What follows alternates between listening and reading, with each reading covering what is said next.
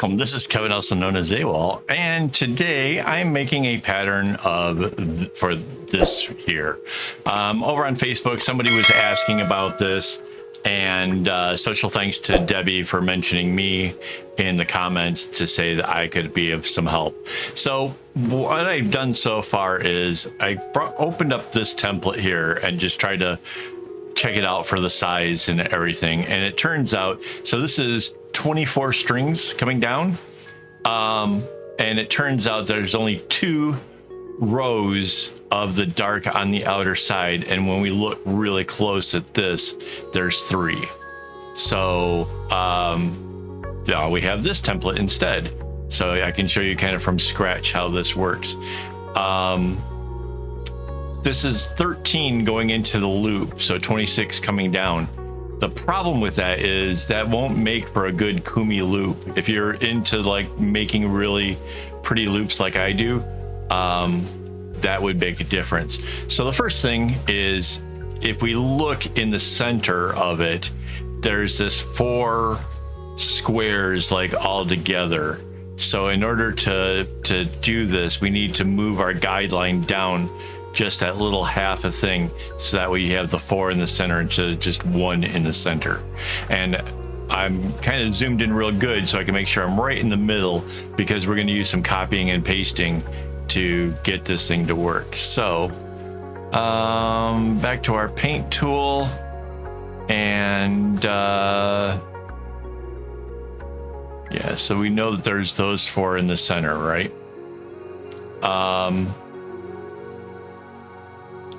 I already kind of grabbed some of the colors over here, so let me grab this dark color, and it goes up like this. Hang on a second, I'm gonna open a window that you can't see, but it's gonna help me to be able to look at that while I'm working.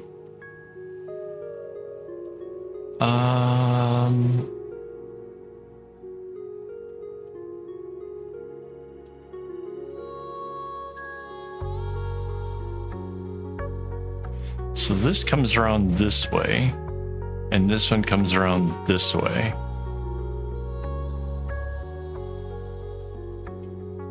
And these colors stay in the middle there, so that means this one comes up like that. So see how just using these center squares and knowing that it comes up and around it, that's how we can tell that we're like in the right ballpark where things are supposed to be. A little bit easier than trying to count knots on a blurry image.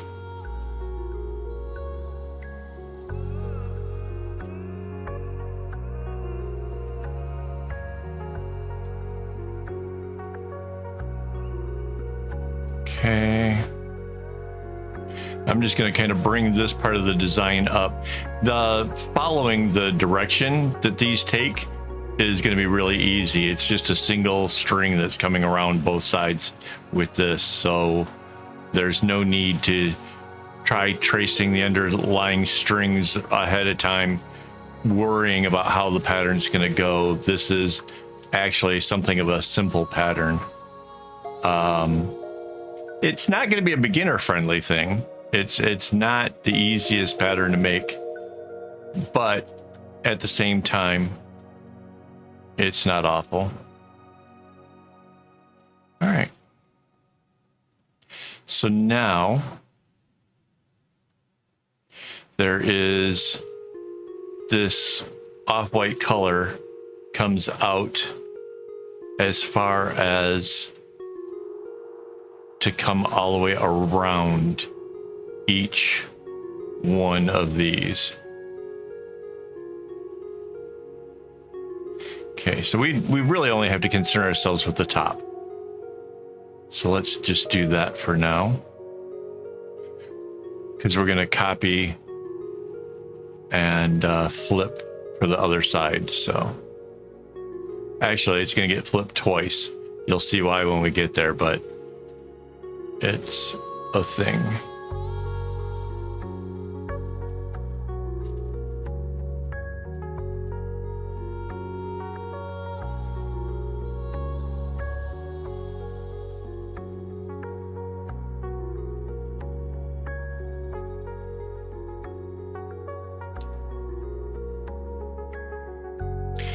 So it's a really pretty pattern. Again, if I'm going to make this, I'm going to do it with the 24 strings instead of the 26. I get that that's not the same exact thing, but the difference is really kind of minuscule. So here's the outer stripe. Now this string here is just going to get used so much. It doesn't even get a break. At least the dark browns skip a couple, but not this one.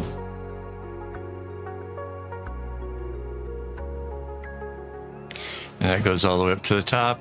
Now we can just come down the other side.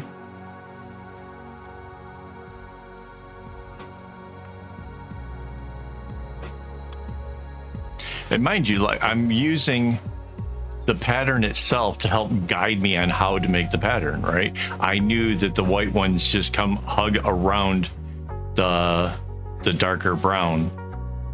And I know that this just hugs around all that's left. It's just that simple. That's I know the pattern looks super complicated, but at the end of the day, it's really not so bad. So now we know that there's 3 at the very edge.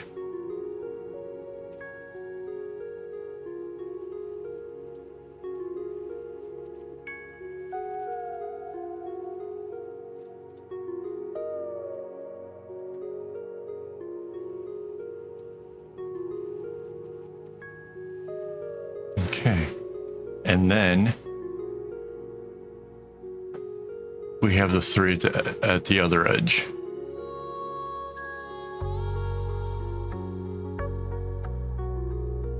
And then the rest of them are going to be the off-white.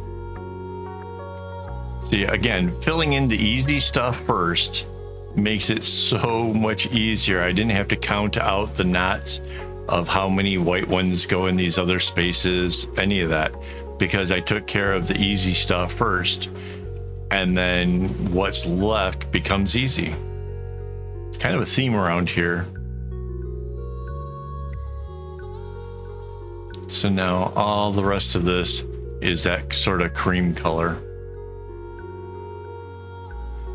I kind of like the color that they're using. I'm not sure if I have that exact shade. I might do it a little bit different as a result.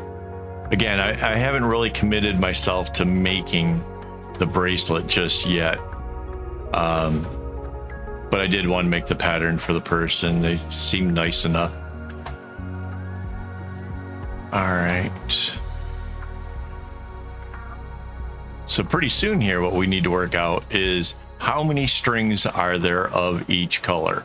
And how we're going to do that is by working out the underlying strings, and basically that will tell us everything we need to know. So the underlying strings is because when you tie the knot over top of another string, you can't see what's going on the inside, right? You don't necessarily know what this kind of gold color is going over top of. So as a result, you need this string here to show how it's traveling, which direction it's taking. And since this is the absolute obvious easiest one, getting that in first will make this job a whole lot easier.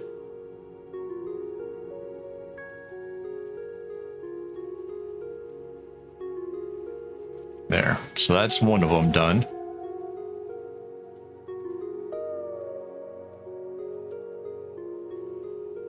Now it's kind of obvious that our background color, this off-white or beige or whatever you want to call it, is the most. So if I want to save myself a lot more time, all I have to do is fill in all the other colors and make sure that they are 100% taken care of. And then I can just fill in the rest with that off-white. So I can really condense this down to being super, super easy. There. So now the next easy one will be these dark ones.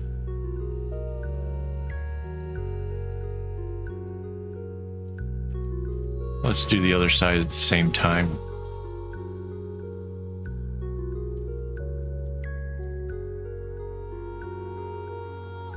Again, this is easy because I have experience in it, but you should be able to see that by putting the string going these directions, we know that the dark color is there to tie the knot. Like this one here is going to first go to the right and then the left. So that's how it changes its directions.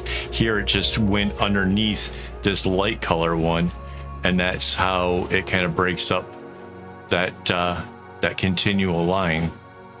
So that's really easy. We know there's going to be, hang on, did I? Yeah, I missed.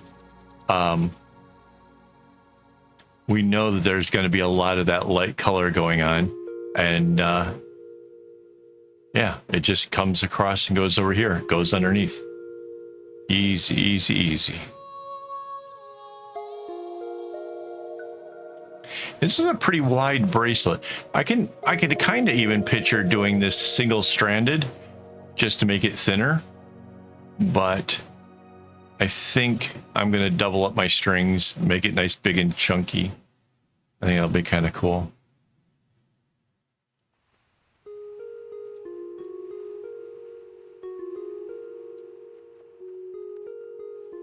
There we go. So far, we've got the ones down the middle and the gold on the edges. Now all we have to do is worry about what's going on out here. So this one kind of comes in, changes directions, comes down and down to here. This one comes out and comes down this way. And this one here comes out and back down. So there's just these 3 strands in rotations doing the edge.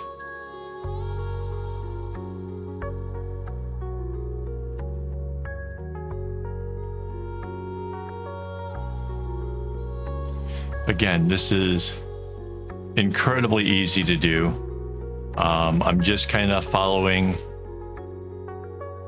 the lines down. There's nothing very difficult about this. So if you wanted, say you find a pattern that you think is interesting, but you want to enhance it, adding a few of this kind of a base color to go around the central pattern and then adding a border like this could make so many various bracelets suddenly seem, you know, a little bit more classy, a little bit more intense.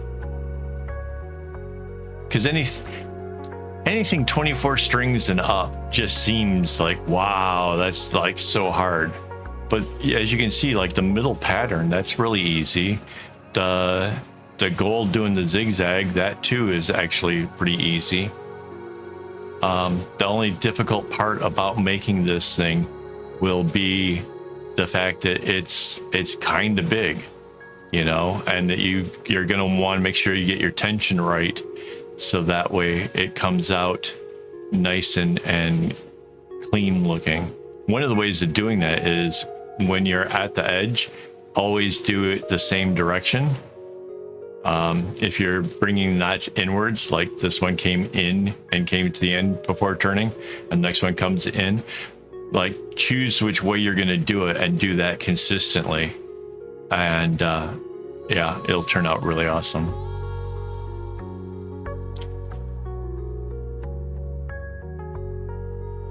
Now, I don't know that this bracelet necessarily lends itself at all well to doing any segment knotting, but I will certainly be trying if I do make it. I guess I'm kind of leaning on the idea that I probably will.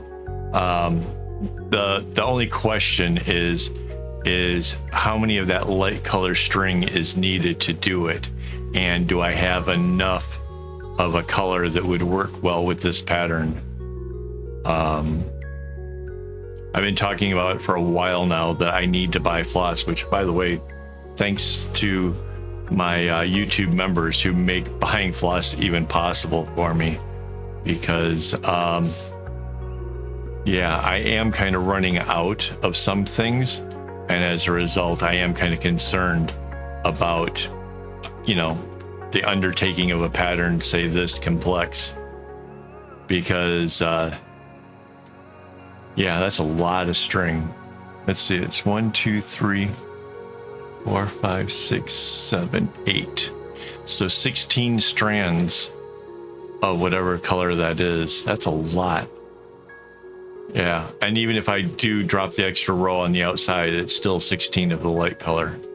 All right, so now we need the underlying strings for the light one. So what we're going to do is we're going to select by color, and we're going to select the remaining light blue. We're going to go back to our paint bucket and choose this. It's fill hole selection. So when we paint in there, it gets them all. It made the whole bottom half the same as well. But there you go. So now we have half of a bracelet. What do we need to do to finish this bad boy up? Well, we have to copy the whole top half.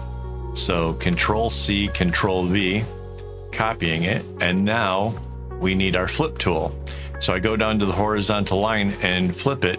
And if you notice, it gets weird over here in the middle, right? Because now it's trying to come from the other direction. That's not what we want. We want this to be a continuous thing. So if I go now to the vertical line and flip it again, it flips it back around the right way. Remember I said we were going to flip it twice? That's why. And now it's one continuous pattern all the way down. We didn't have to fill in everything. All we have to do now is go up to layer and anchor that layer, and it's done. That is the bracelet. I told you this one's not terribly hard to put together. It's just a matter of, you know, figuring out how many strings it was. And in this case, I had guessed wrong the first time around, but that was easy enough to see once I got to here that this was only going to be 2 in a row, and I needed it to be 3. So that's how we did it. So yeah, thanks for hanging around. Hopefully you enjoyed this. Hopefully you learned something. You got the idea that you can make patterns that are easy. So yeah, as always, don't get your strings in a bunch.